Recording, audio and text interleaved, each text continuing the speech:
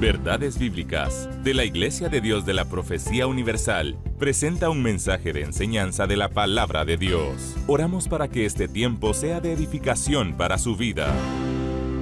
Hola, ¿qué tal? ¿Cómo están? Que Dios les bendiga de manera especial donde quiera que usted se encuentre.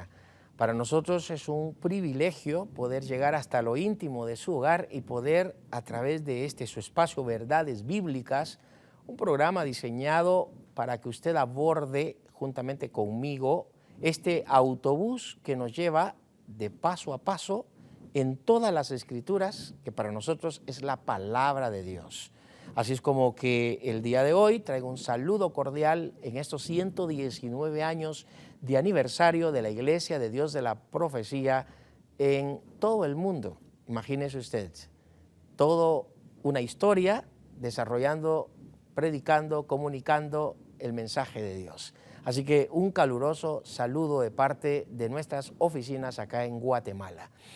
Quiero ante todo recordarles a ustedes, mis queridos amigos y hermanos, que Canal 27 es un canal que produce esperanza y ese es uno de los lemas y necesitamos de su apoyo. Así que como socio honorario, usted es parte de este movimiento, de este ministerio, si así nosotros lo vemos. Es un ministerio que ha ayudado a la iglesia y al mundo a través del mensaje de Cristo al mundo y a través de la enseñanza para la iglesia local.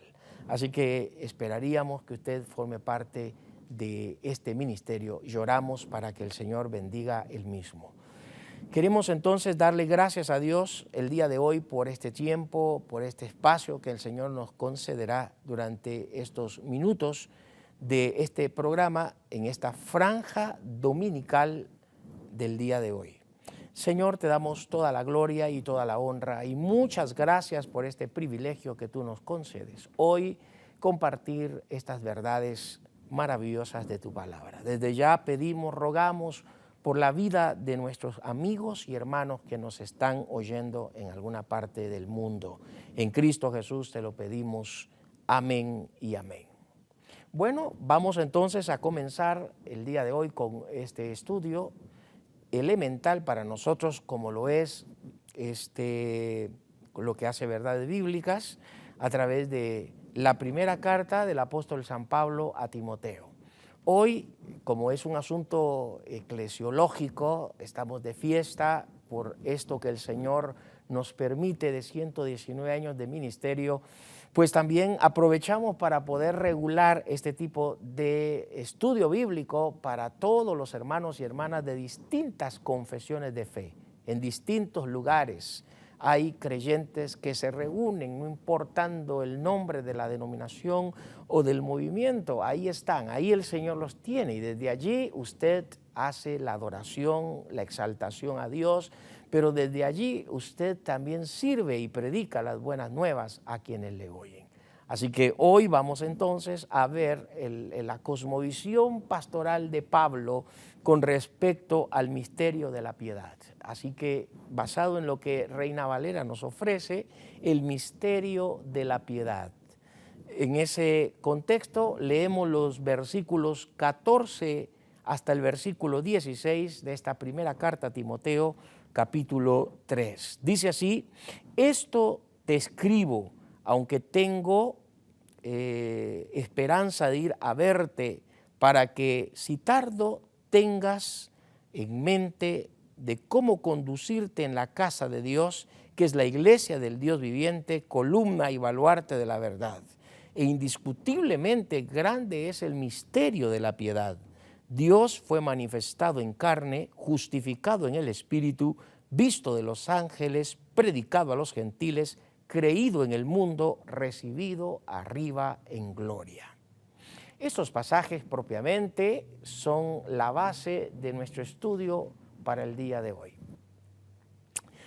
En realidad lo que Pablo, en esta cosmovisión pastoral dedicada al pastor joven llamado Timoteo, le dice algunos aspectos elementales y previo a hablar sobre el misterio de la piedad que se ve definido en el verso 16, hay dos cosas a priori en el versículo 14 y 15 que quiero compartir. En el versículo 14 lo primero es que Pablo desea personalizar al joven Timoteo, diciéndole: tengo la esperanza de ir pronto a verte. Tengo la esperanza de ir pronto a verte. Mire, es crucial saber que la pandemia nos dejó algunas cuestiones de podernos conectar a través de redes sociales y hacer todo a través de las plataformas diversas que nacieron después de pandemia. Sin embargo, el apóstol Pablo, y es lo que originalmente nos gusta hacer, es tener a la persona enfrente. No es como que yo esté detrás de esta pantalla con usted, que yo estar en su sala o usted estar en mi sala de casa platicando, compartiendo, deleitándonos de determinados temas. Pablo es lo que deseaba, personalizar. Él deseaba estar junto a Timoteo, compartir con Timoteo, convivir con Timoteo, experimentar con Timoteo, para luego mandarlo a la misión. ¿Acaso usted es una persona que ha enfocadose mucho en estos móviles? Esto ha despersonalizado a muchos, lo ha arrinconado, ¿sí? Utilizando estos medios como para no estar frente a su familia, frente a su casa, frente a la iglesia. El consejo práctico basado en este texto es que entre más nosotros personalizamos, entre más nosotros convivimos, entre más nosotros experimentamos con otras personas cara a cara, eso será gustoso, provechoso. Así que las pantallas, los medios, son para poder acortar y para poder hacer espacios como este, porque no podemos llegar a una sola vez a su casa. Usamos estos medios, pero no siempre. Y no debiera de ser parte de la cotidianidad. Es decir, necesito estar con mi abuelo, con mi abuela, con mi mamá, con mi papá, necesito estar con mi hermano, con mi hija, con mi hijo, con mi esposa, necesitamos convivir, necesitamos compartir la mesa. Y eso Pablo lo enseña en el verso 14, deseo pronto, tengo la esperanza de ir y desear verte. Esa es la parte fundamental antes de entrar a este misterio de la piedad, porque Pablo tenía instrucciones que darle a Timoteo, tenía que darle ciertos guiones a Timoteo. Ya lo tenemos, de hecho, en esta primera carta y en la segunda carta escrita al joven Timoteo, tenemos una serie de directrices que Pablo establece como normas, no solamente para el ministerio, sino para enriquecerse como iglesia de Cristo. Así que Pablo en el versículo 15 dice algo que a mí en lo personal me confronta, diciendo Pablo, para que si tardo sepas cómo debes conducirte en la casa de Dios. Uno, personalizar. Necesitamos personalizar. Número dos, necesitamos saber conducirnos. La conducta está definida en el versículo 15, para que debas conducirte en la casa de Dios. Ahora, el punto acá es, ¿a qué se le llama aquí casa de Dios? Casa de Dios, aquí no está Pablo hablando de las cuatro paredes. Pablo no está hablando del edificio. ¿Por qué razón no está hablando del edificio? Porque en el primer siglo se carece de edificios. En el primer siglo no hay edificios. Lamentablemente hoy se ha perdido un poco el enfoque. El edificio es para reunirnos, el edificio es para poder compartir juntos, el edificio es para concentrar a la comunidad en un lugar más seguro, más zona de confort, saber que yo puedo llegar con mi familia, estar juntos, sentarnos desde un pedestal, desde un púlpito, ir a mi pastor, etcétera. Para eso es el edificio. Pero lamentablemente se ha desenfocado mucha gente haciendo una tempolatría. ¿Qué significa esto? Que se ha adorado al templo y se ha puesto el templo por sobre los creyentes, o se ha puesto de hecho al templo, el edificio, por sobre Dios. Lamentablemente hoy se habla de un marketing en cuanto al tema de edificios. Hay una competencia por ver esta cuestión de edificios. Y vale la pena saber que aquí cuando Pablo habla de la casa de Dios, está hablando de los creyentes mismos. Pablo en 1 Corintios 3:16 dice, ignoráis que sois templo de Dios y que el Espíritu de Dios mora en vosotros. Entonces implica que el Espíritu de Dios mora dentro de la casa de Dios, y la casa de Dios es el individuo nacido de nuevo, creyente, pero también la casa de Dios es la colectividad de personas unidas en un lugar dándole gloria y culto al Señor. Entonces, en ese contexto, Pablo dice cómo conducirte en la casa de Dios. Es decir, que usted y yo pertenecemos a la casa de Dios, pertenecemos a la colectividad de hermanos y hermanas. ¿Se acuerda de lo que Hechos capítulo 2, versículos 42 dice? Me llama mucho la atención porque ese era el estilo de la iglesia primitiva. El estilo de la iglesia primitiva uno lo ve definido en el libro de los Hechos, capítulo 2, versículos 42, y yo quiero hacer lectura del mismo. Y el mismo Lucas, quien relata esto, dice al respecto en el versículo 42, y perseveraban en la doctrina de los apóstoles, en la comunión unos con otros, en el partimiento del pan y en las oraciones. Este es el estilo de vida de los cristianos. El estilo de la vida de los primeros cristianos era reunirse en casas, reunirse en hogares, reunirse como familias e invitaban a otros y allí ya juntos como casa de Dios, bueno, debieran ahora de orar juntos, compartir el pan, la comunión que era la cena del Señor y la partían y había un líder o un oficial allí que sería el pastor de esa congregación. Así que volviendo al versículo 15, Pablo habla acerca de cómo conducirnos en la casa de Dios. ¿Qué significa de cómo conducirnos en la casa de Dios? Bueno, los valores que se deben de reflejar para mantener respetuosidad en la casa de Dios. O sea que en la casa de Dios necesitamos respetarnos mutuamente. Hay un principio de reciprocidad en la casa de Dios. Es decir, usted y yo como miembros de la iglesia, usted y yo como miembros de la comunidad local, usted y yo como miembros de ese cuerpo redimido por Cristo, de ese edificio hecho por humanos, que así se nos cataloga en la Biblia como edificios. Es más, se nos llama piedras vivas. La carta de Pedro, él dice, vosotros sois piedras vivas. De manera metafórica o analógica dice que nosotros como piedras vivas sobre la grande piedra que es Cristo construimos el grande edificio que es la iglesia. Entonces esta es la casa de Dios y en la casa de Dios como tal debemos entonces de mantener respeto. ¿Cuáles serían los valores del reino que Dios mismo ha propuesto como la alternativa para saber guiarnos, dirigirnos y sabernos comportar dentro de la casa de Dios?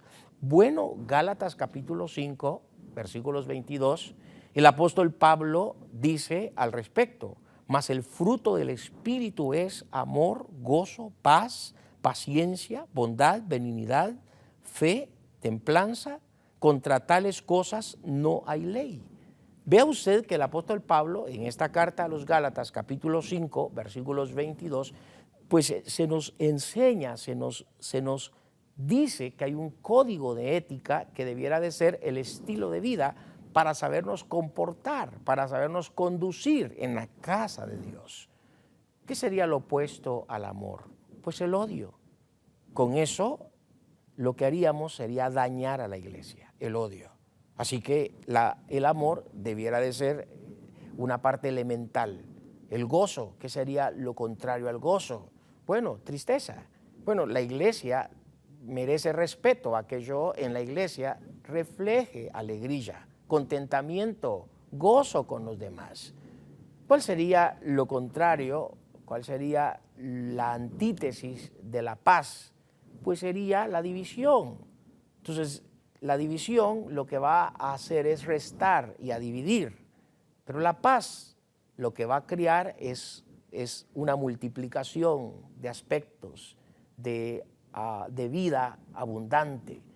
Vea usted entonces que hay antítesis al fruto del Espíritu, el amor, el gozo, la paz, la paciencia. ¿Qué sería lo contrario? La intolerancia.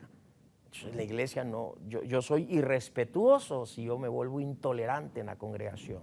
Yo debo respetar a mis hermanos y a mis hermanas. Y eso es lo que Pablo está diciendo aquí. ¿Cómo conducirte en la casa de Dios? ¿Cómo debemos de conducirnos dentro de la iglesia, dentro de la comunidad de fe? La intolerancia, eso puede dañar, puede gastar. Pablo entonces aconseja en el fruto del Espíritu que haya paciencia.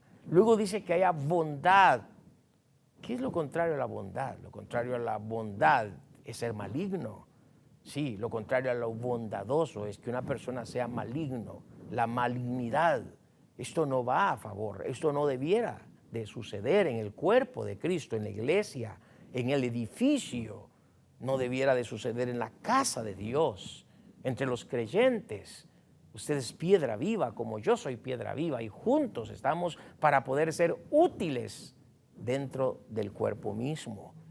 ¿Qué sería lo contrario a después de la bondad? Habla el apóstol San Pablo de que el amor, el gozo, la paz, la paciencia, la bondad, la benignidad, o sea, es decir, necesitamos ser benignos, no ser malignos. Necesitamos sumar, no restar. Necesitamos multiplicar, no dividir. No, eso va en contra de los principios. Eso se hace irrespetuoso dentro de la casa de Dios. Así que Pablo le dice a Timoteo cómo conducirte. Habla de la mansedumbre, de la templanza. Habla acerca de la fe misma. O sea, en la iglesia yo no puedo ser incrédulo, no puedo demostrar que tengo desconfianza. O sea, yo debo de confiar. Mi fe debe de estar presente y con la fe misma yo lo que haré es poder unir a los hermanos y a las hermanas en esas mismas proporciones de tener confianza, mansedumbre y templanza. Lo contrario a la mansedumbre y lo contrario a la templanza es ser vanagloriosos, arrogantes y soberbios. Eso es lo contrario a la templanza, es lo contrario a la mansedumbre. Y pues es necesario que yo cultive el fruto, porque de esa manera sabré conducirme. Porque si hago lo contrario al fruto de Gálatas 5:22, entonces yo estaré siendo irrespetuoso con mis semejantes, es decir, con mis hermanos que componemos la casa de Dios. Vale la pena entonces tomar en consideración que los primeros dos versículos, 14 y 15, uno habla de personalizar.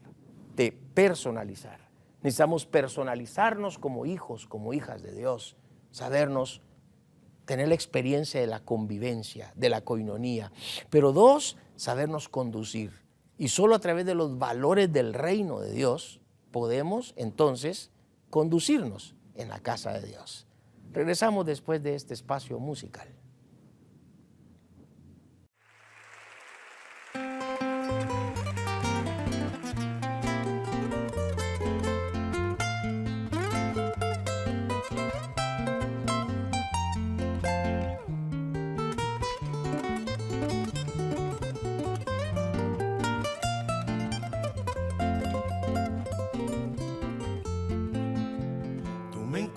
A mí, Señor, no te buscaba y me diste consuelo cuando en penas vagué.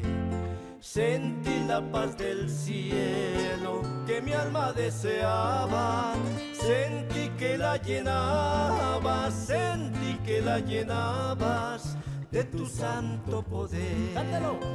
Gracias, Cristo bendito, gracias porque me amas, gracias te da mi alma por la paz que le das, gracias por este cántico con que puedo alabarte y gracias por las fuerzas que me das para amarte cada día más y más.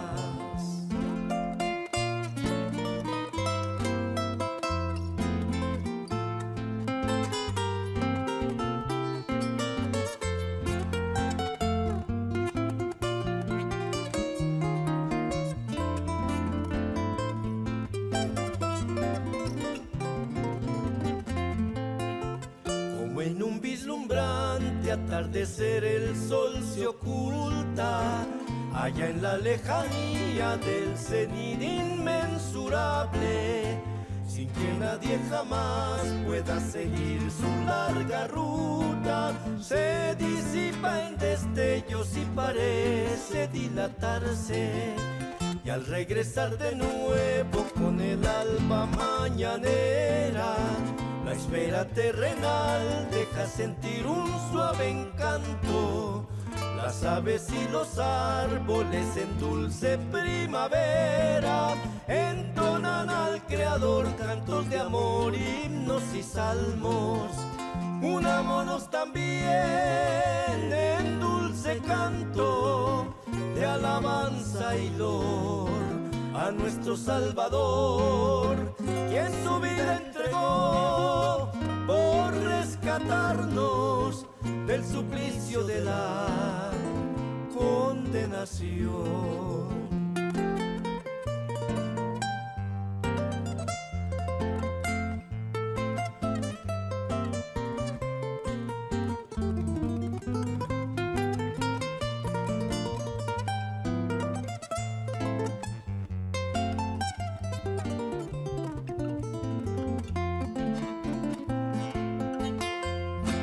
Vagaba yo por el mundo en una noche sin luz,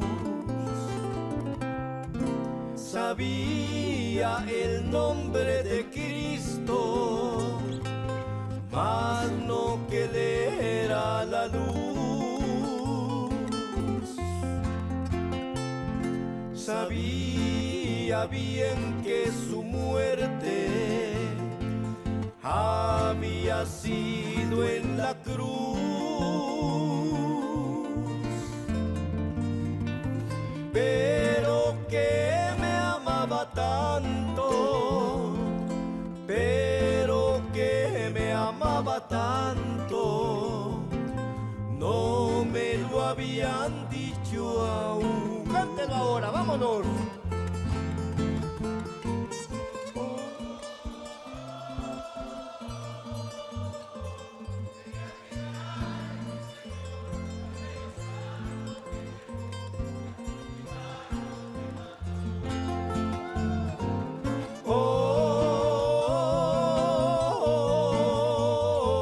Tenía trigales mi Señor y a bellos campos me llevó, a cultivarlos me mandó.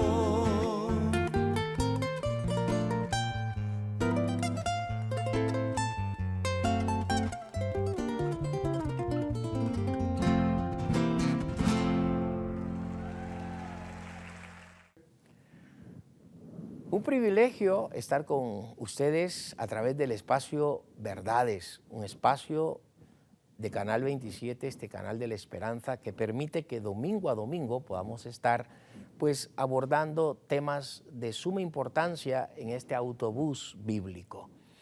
Estamos hablando de la primera carta de Pablo a Timoteo, capítulo 3, versículos 14 hacia el versículo 16, y desde luego hemos intitulado esta parte El misterio de la piedad. El misterio de la piedad, y ya vamos a llegar a esa médula espinal del versículo 16, ¿qué significa esto del misterio de la piedad? Pero a priori a eso, versículo 14, Pablo, previo a entrar al hablar de ese esquema del misterio de la piedad, él analiza con el hermano Timoteo la importancia de verse, la importancia de estar juntos, la importancia de estar en coinonía, en esa buena convivencia y en esa buena relación. Pablo tiene instructivos para Timoteo y decíamos que es necesario personalizarnos, poder estar como familia, como hermanos en Cristo, reunidos para poder mutuamente edificarnos, ¿sí? Mutuamente mentorearnos como hijos o como hijas, porque nos necesitamos los unos a los otros, ministrarnos por medio de la palabra de Dios y ministrarnos por medio de la oración, ministrarnos, convivir, acercarnos, ¿sí? La cena del Señor se presta para eso, para estar juntos. Ahora bien, en el versículo 16, el apóstol San Pablo le ha dicho a Timoteo para que si tardo sepas cómo debes conducirte en la casa de Dios. Ahora, qué importante es ver que hay una conducta de vida, hay una conducta de por medio, hay un código de ética, sí, que necesitamos implementar en la casa de Dios. Ya dijimos en el primer segmento que casa de Dios aquí no está hablándose del edificio. Casa de Dios se está prácticamente hablando de los individuos redimidos por la sangre de Jesucristo, quienes formamos el cuerpo, su cuerpo, Cristo como cabeza, miembros siendo nosotros de este cuerpo, y de esa forma nos nutrimos unos con nosotros a través de ciertos valores que el reino mismo ha de producir. Esos valores del reino, pues uno los ve diseminados en muchas partes de la Biblia, pero especialmente en Gálatas capítulo 5 encontramos esos valores que son importantes para poder fortalecernos como iglesia. El amor, el gozo, la paz, la paciencia, la bondad, la benignidad, la fe, la mansedumbre y la templanza.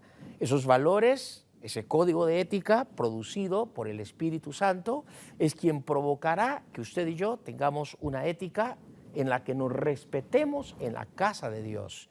Como comunidad local, donde quiera que usted esté, respétese, comunique, interactúe los valores del reino para crear una atmósfera espiritual, y de esa manera Cristo sea el centro de toda nuestra atención en la iglesia, donde quiera que estamos situados.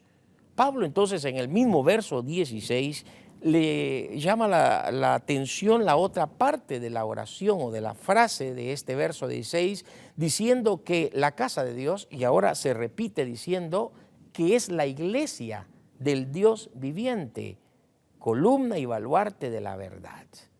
Vea usted, ese verso 16 está dividido en dos partes. La primera es que hay que saber conducirnos en la casa de Dios.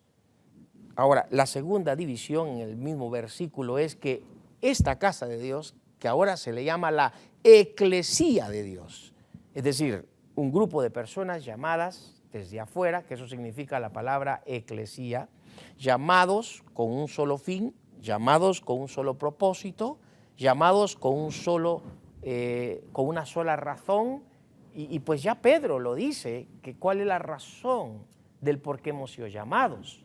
Ya Pedro lo dice en su carta, la razón por la cual hemos de ser llamados. Y Pedro, en la primera carta, él dice algo en lo personal que me edifica cuando él habla acerca, en el capítulo 2 de la primera carta, ¿sí? En el versículo 9, mas vosotros sois linaje escogido, real sacerdocio, nación santa, pueblo adquirido por Dios, para que anunciéis las virtudes de aquel que os llamó de las tinieblas hacia su luz admirable. Nosotros que en otro tiempo no erais pueblo, pero que ahora sois pueblo de Dios, que en otro tiempo no habíais alcanzado misericordia, pero ahora habéis alcanzado misericordia. Vea usted que lo que Pedro está trazando con esta carta es lo mismo que Pablo ya ha dicho aquí a Timoteo, llamándole la iglesia. La iglesia, la eclesía, tiene fines, tiene propósitos, es el anuncio del querigma, es el anuncio del mensaje de Dios. No obstante, en el mismo versículo 16, le llama que es la iglesia del Dios viviente. O sea, Dios siempre ha tenido un pueblo para sí. En el Antiguo Testamento tuvo un pueblo para sí, que es la casa de Israel. Pero en el Nuevo Testamento tiene un pueblo para sí, que es la eclesía, es la iglesia. La iglesia es la mensajera, es la anunciante. Y como tal, Pedro le llama que es la iglesia del Dios viviente. El Dios viviente. No somos, la iglesia no es propiedad de un Dios, es propiedad del Dios viviente. Ahora bien, le llama a la iglesia columna y baluarte de la verdad. Columna y baluarte de la verdad.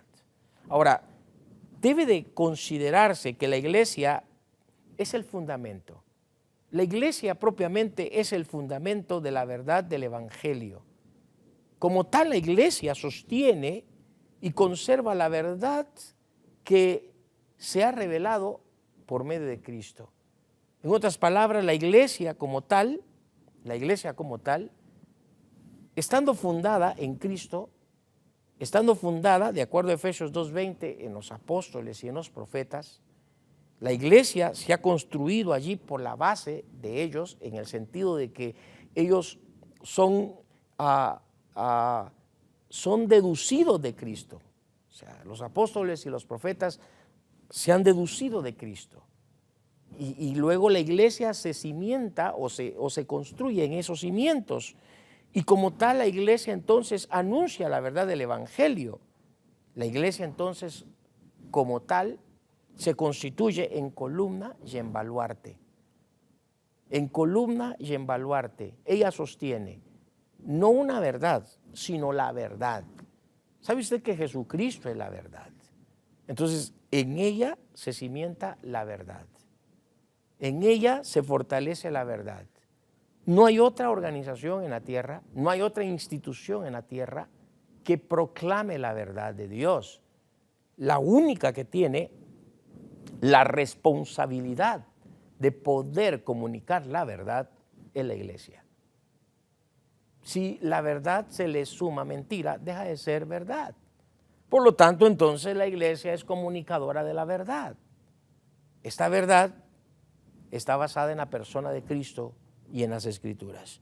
Y entonces el apóstol San Pablo le llama iglesia del Dios viviente, columna y baluarte de la verdad. Nosotros somos los encargados, como iglesia del Señor, como iglesia de Cristo, el poder comunicar todas aquellas doctrinas capitales, todas aquellas doctrinas sustentables que hablen la verdad. Hoy la iglesia ha perdido el ritmo, ha perdido su enfoque, ha perdido su cosmovisión. ¿En qué sentido? En que la iglesia, muchas veces, la iglesia, dígase cualquier iglesia, no ha conservado la verdad, no ha preservado ser portadora de la verdad. Más bien, la iglesia hoy en día parece que se ha involucrado en ser una institución motivadora, en ser una institución de frases que puedan llenar el ego del ser humano. Nosotros, como iglesia de Cristo, como iglesia del Señor, debiéramos entonces impulsar las verdades de las Escrituras, no otra cosa. Las verdades de la palabra de Dios, no otra cosa. Cuando se pronuncia, se comunica algo que no es la verdad de la Biblia, la verdad de las Escrituras, a eso se le llama sofismos. La historia griega nos habla de muchos sofismos o de muchos sofistas.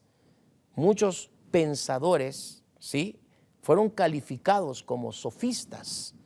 Un sofismo es una expresión, una frase, un comunicado donde se tiene mentira. Entonces, hoy vemos que muchos sofistas tenemos por doquiera. Muchos sofistas hay entre las congregaciones, no diciendo la verdad, no comunicando la verdad.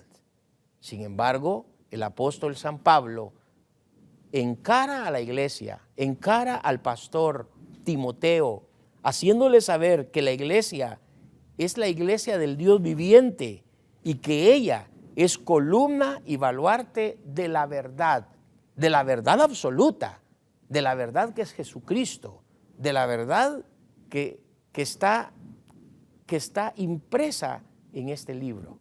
Las verdades de Dios están en este libro.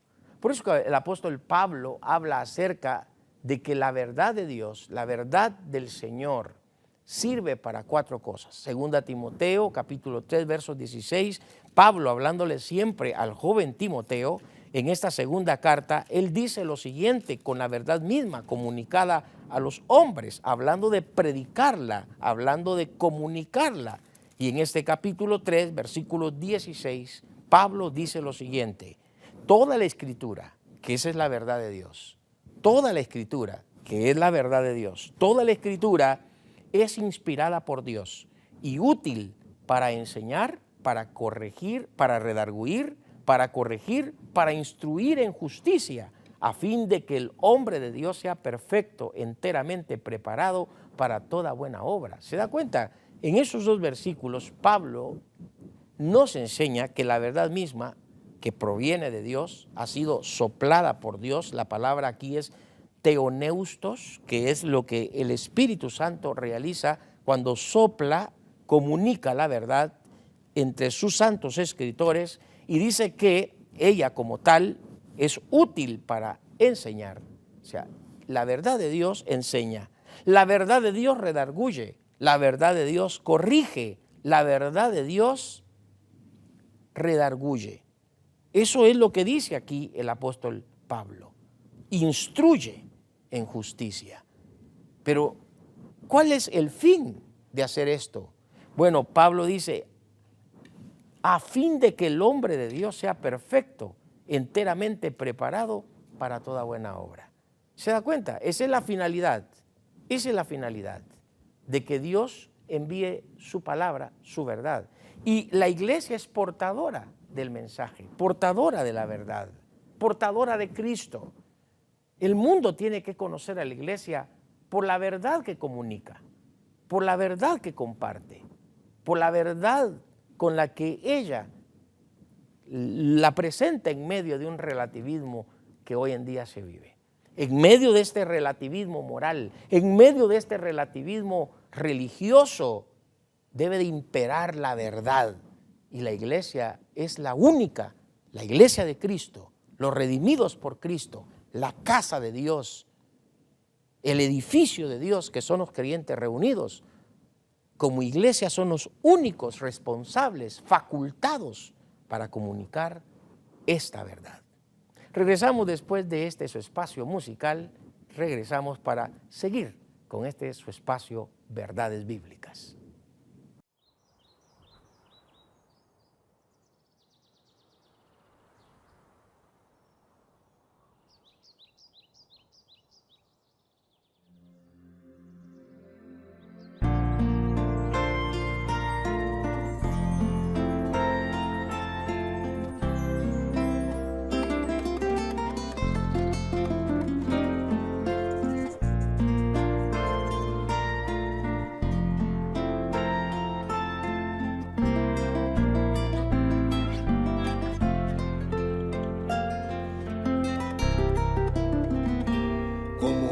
Luz en medio de la oscuridad, como un susurro en medio de la tempestad.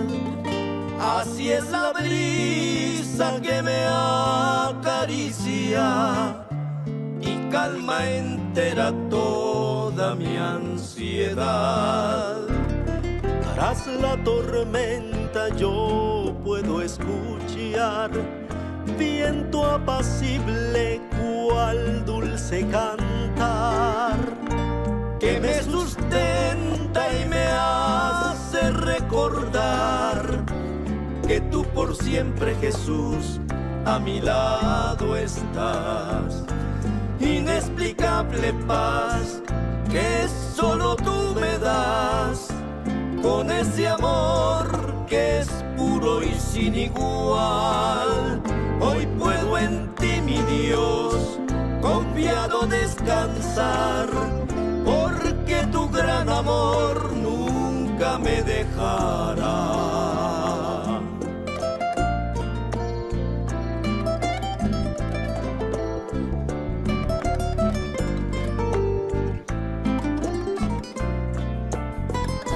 Se van los días y es grande la ansiedad de estar contigo, Señor, en la eternidad, donde no hay penas que puedan torturar al ser sufrido por la penalidad.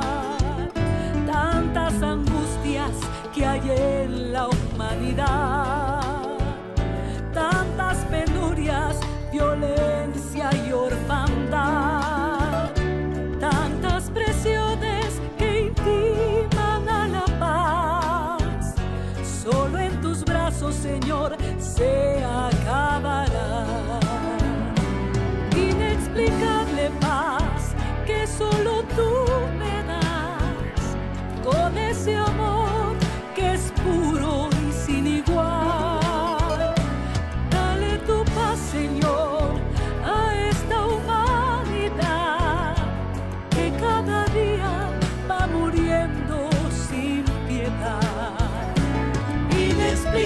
de paz que solo tú nos das, con ese amor que es puro y sin igual. Dale tu paz, Señor, a esta humanidad que cada día va muriendo sin piedad.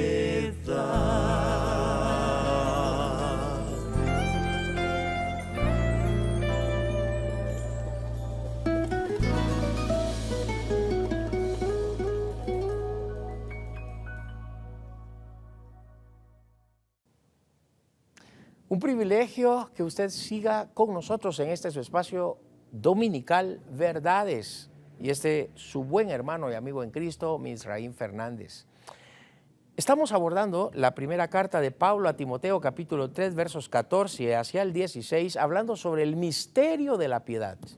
Y hemos dicho en nuestros segmentos anteriores que previo a hablar del misterio de la piedad en el verso 16, en el verso 14, él le dice al joven Timoteo, al pastor y a su iglesia, que quiere verlos, porque al verlos él quiere comunicar con ellos experiencias, convivencias, pero sobre todo instrucciones. Luego en el versículo 16 habla de cómo debe de conducirse. La conducta es importante para mantener la cordialidad y mantener la respetuosidad entre la casa de Dios, que no son los bloques ni los ladrillos, sino la casa de Dios está compuesta por instrumentos humanos que somos todos los redimidos por Jesucristo.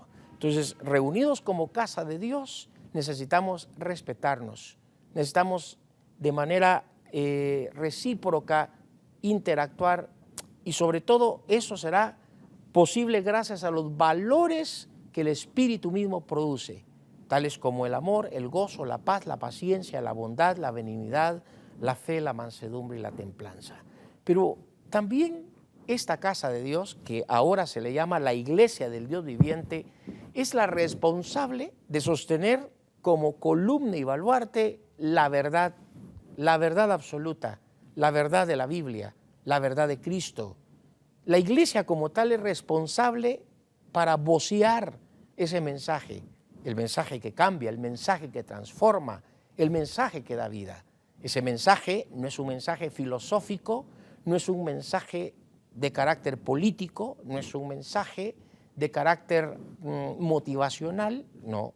Ese mensaje es el mensaje del Evangelio, que la única razón para poder cambiar al hombre es que en ese mensaje vaya Jesucristo, que vaya el Señor Jesucristo incluido.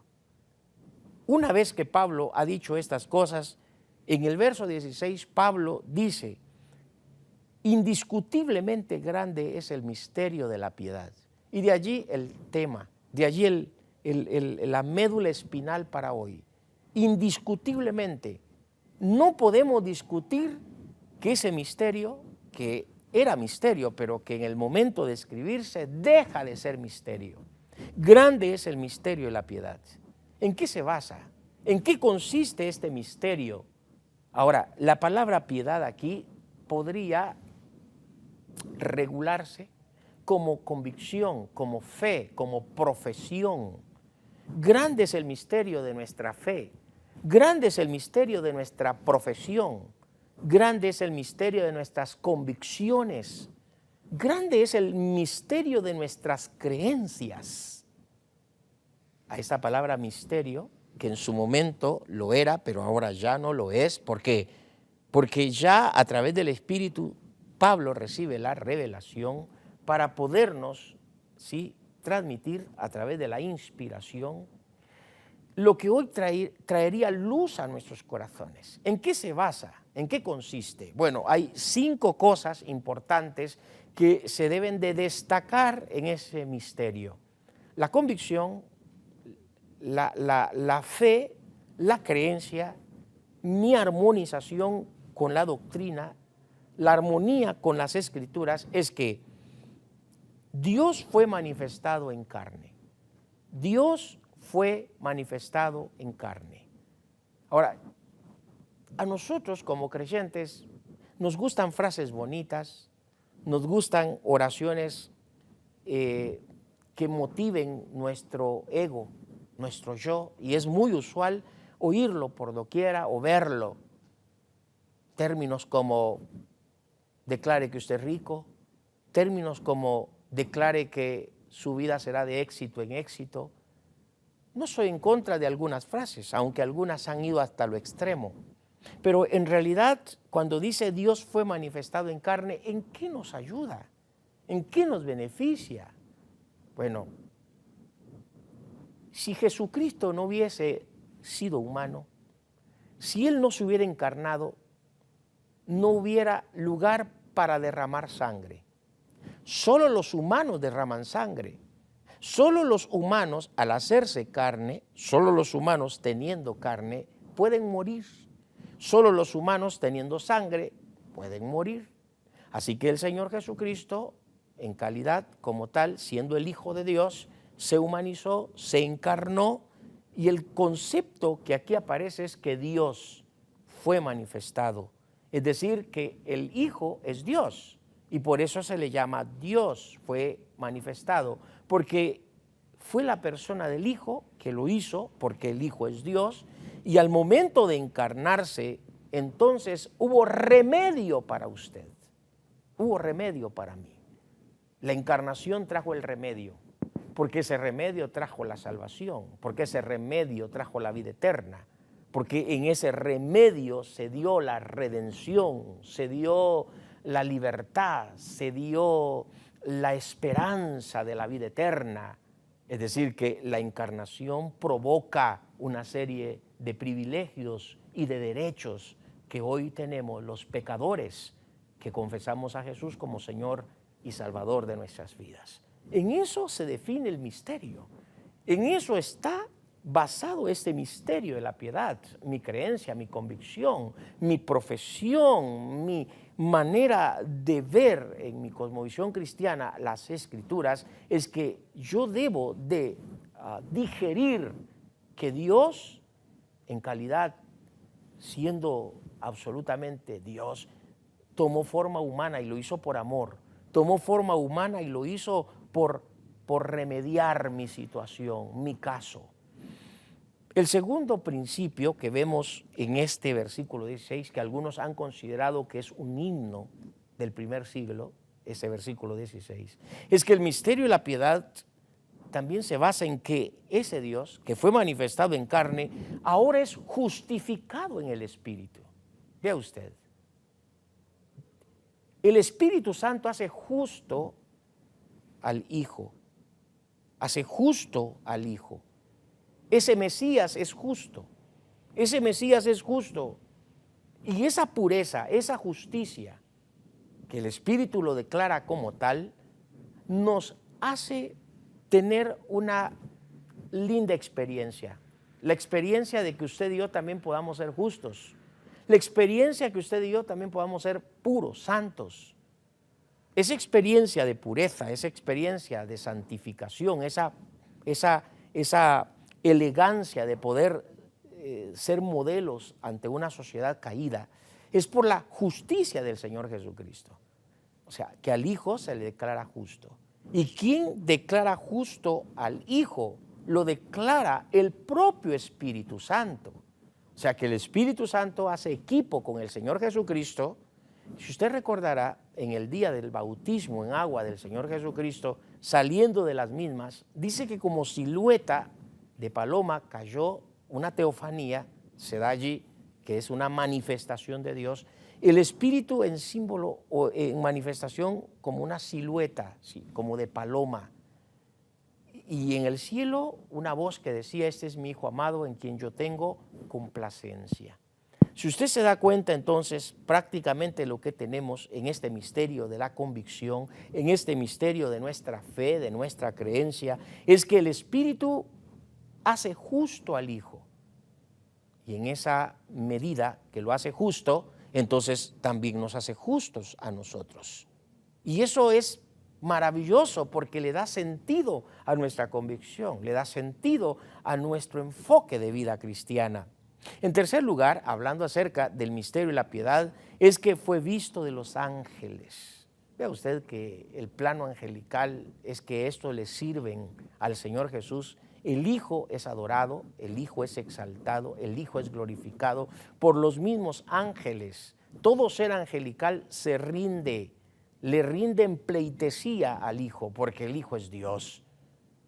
Así que el texto dice que en este misterio de la piedad, en este misterio, en estas convicciones que ahora se nos hacen fehacientes a nuestros corazones, a nuestras vidas, es que el Hijo, sí, fue visto de los ángeles.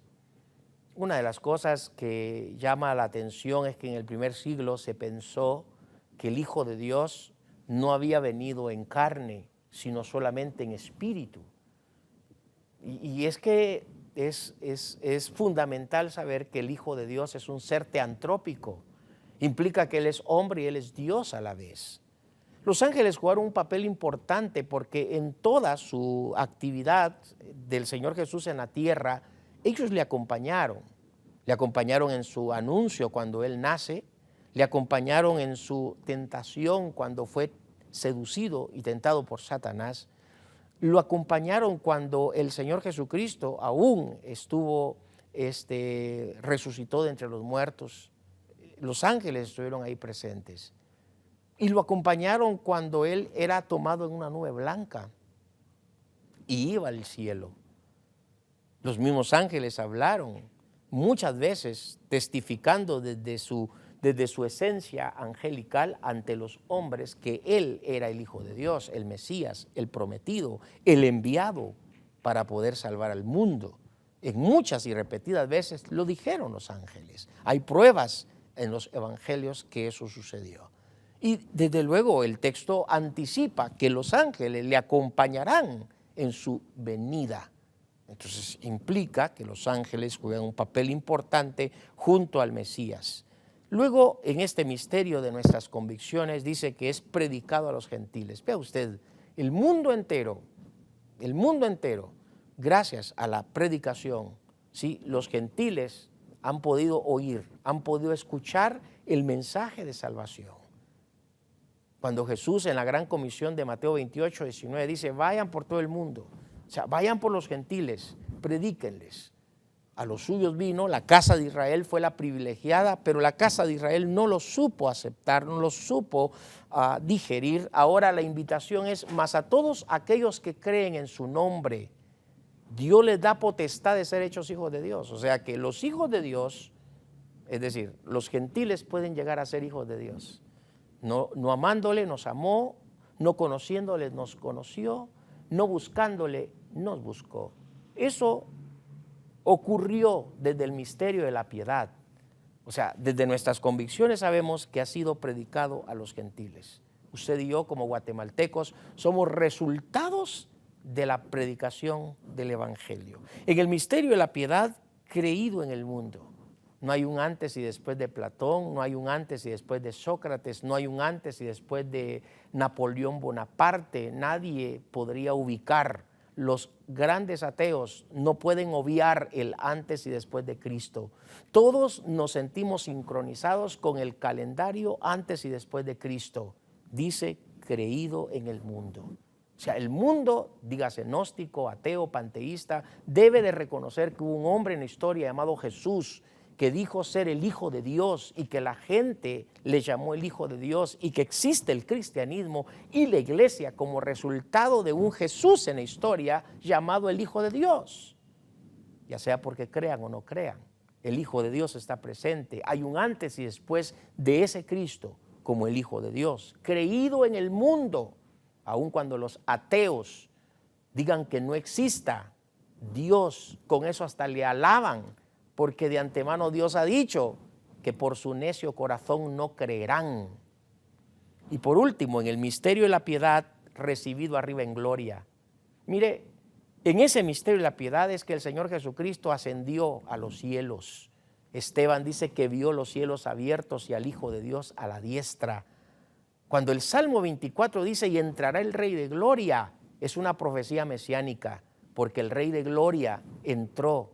A eso se le llama su ascensión. Y su ascensión el testimonio de la ascensión del Hijo de Dios es la presencia del Espíritu Santo hoy acá. Cuando Él se iba, dijo, cuando esté con mi Padre le diré que envíe otro Consolador. Es decir, que la respuesta de que el Señor llegó a los cielos y está a la diestra del Padre es que el Espíritu, 50 días después de su resurrección, fue derramado en la iglesia. Hasta el día de hoy, el Espíritu guiándonos a toda justicia y a toda verdad. Gracias porque ha estado con nosotros en este su espacio Verdades Bíblicas, un programa diseminado domingo a domingo para bendecir sus vidas. Esperamos que ustedes estén en el próximo de las series. Que Dios les bendiga grandemente. Esperamos que este espacio de Verdades Bíblicas de la Iglesia de Dios de la Profecía Universal haya sido de bendición a su crecimiento espiritual. Este programa es una producción de Canal 27. Predicamos la verdad.